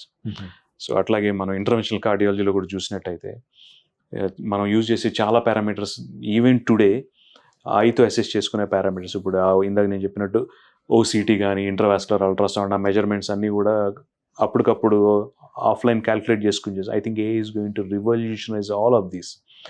AI will just tell us, ఒక angiogram చూసి OCT చేయగానే you need to put this length of stent, this diameter of stent and post dilate or stretch it with this kind of balloon అని. I think ఇట్లాంటివన్నీ కూడా I think it's going to come in to it. Likewise pacemakers పెడతాం కదా, pacemakers కూడా I think already they are getting equipped with features అనమాట. ఎవరికైతే fluid build అయిపోతుందో ఇట్లాంటివన్నీ చెప్పేస్తుంది ముందే. These devices are going to I think become even more refined and revolutionize the cardiac healthcare going forward. Robotics విషయంలో ఎలాంటి మార్పులు వచ్చే అవకాశం ఉంది సార్ నెక్స్ట్ 10 years లో? రోబోటిక్స్ దెర్ ఆర్ 2 aspects అనమాట. ఒకటి robotic assisted cardiac surgery, valve replacement, bypass grafting అని. I think it's got a role, it is going to come up in the future. But coronary ఇంటర్వెన్షన్లో robotics took a step back. CorPath అనే ఒక company developed a robo. Main problem ఏంటంటే intervention చేసినప్పుడు interventional cardiologist is getting expose to radiation, so which is a risk for the cardiologist in future కదా. X-rays causes cancer. So బాగా ఎక్కువ చేస్తున్నాం అనుకోండి, your at hire risk అన్నట్టు. దాన్ని mitigate చేయడం కోసమని డెవలప్ చేశారు. సిమెన్స్ కంపెనీ బాట్ ఇట్ అనమాట recently. Took A step back, they want to refine the technology further. But దాంట్లో ఏం చూపిస్తుంది అంటే, మన రోబోట్ కనుక మనం క్యాత్ ల్యాబ్లో పెట్టేసి స్టెంట్ అనేది మనం ప్రిసిజన్ తోటి, ఇంటర్వెన్షనల్ కార్డియాలజీ అసలు లోపలే ఉండక్కర్లేదు, బయట కూర్చుని ప్రిసిజన్ అనమాట, చిన్న మిల్లీమీటర్ బై మిల్లీమీటర్ అడ్వాన్స్ చేసుకుంటే డిప్లాయ్ చేయొచ్చు అనమాట. కాకపోతే డ్రాబ్యాక్ ఏంటంటే, nurse still needs to be in the cath lab. ఆ క్యాసెట్ అనేది ఉంటుంది అనమాట రోబోట్ చేసి, అది చేంజ్ చేయాలి. సో నర్స్ ఈ still getting expose to radiation అనమాట. బలూన్ ఫీడ్ చేయడం, స్టెంట్ ఫీడ్ అన్ని చేయాలన్నమాట. సో అందుకని కొంత బెనిఫిట్ ఉన్నా కూడా టోటల్గా ఎక్స్పెక్టెడ్ బెనిఫిట్ లేదు. అందుకని for future refinements they have taken it back, they're refining it further. So I think this is a space to watch for future లో రెండు కూడా ఎట్లా అవుద్ది అనేది. సో డాక్టర్ గారు, అంటే మీరు ప్రతిష్టాత్మక విద్యా సంస్థలో చదవడమే కాదు, ఆల్మోస్ట్ 50కి పైగా ఇంటర్నేషనల్ జర్నల్స్లో మీ ఆర్టికల్ పబ్లిష్ అయినాయి. రీసెర్చ్ మీద మీకు అంత అభిరుచి ఎలా అబ్బింది? అదే రకంగా ఫ్యూచర్లో ఈ రీసెర్చ్ని ఈ రకంగానే కొనసాగిస్తారా? సో మీ ఇంట్రెస్ట్ ఏంటి, ఏ ఫీల్డ్లో? సో నేను కార్డియాలజీ తీసుకోవడానికి కారణమే అది. ఎందుకంటే ట్రీట్మెంట్ అనే దానికి ఎవిడెన్స్ ఉంటుంది. Cardiology is one speciality wear most of the treatments which we do, మనం పెట్టే హార్ట్ అటాక్లో పెట్టే స్టెంట్ కానివ్వండి, నాన్ హార్ట్ అటాక్ సిచ్యువేషన్స్లో మందులు ఫస్ట్ వాడితే బెనిఫిట్ ఉంటుంది, తర్వాత స్టెంట్స్ అనే, దీని అన్నిటికీ ఎవిడెన్స్ ఉంది. ఈ ఎవిడెన్స్ ఎట్లా వచ్చింది? రీసెర్చ్ చేయటం వల్లే కదా. సో ఇట్స్ ఆల్ ఇంటర్లింక్డ్ అనమాట. నేను కార్డియాలజీ చేయడానికి రీజన్ ఎవిడెన్స్ బేస్డ్ ట్రీట్మెంట్ ఇవ్వచ్చు అని, ఆ ఎవిడెన్స్ బిల్డ్ అవ్వాలంటే రీసెర్చ్ ఉండాలి. So that's my small contribution towards this vast field of cardiology.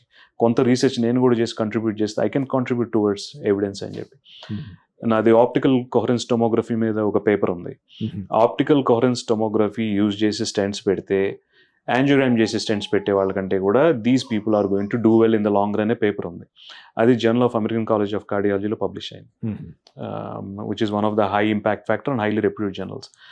ఆ ఆర్టికల్ ఇప్పటికీ ఎంతో మంది సైట్ చేశారు. తర్వాత గైడ్ లైన్స్లోకి వెళ్ళిపోయింది ఆ paper. So that's how I developed interest towards publishing and doing research అన్నమాట. What next sir? Next 10 years లో ఏం చేద్దాం అనుకుంటున్నారు? So what's your areas of interest?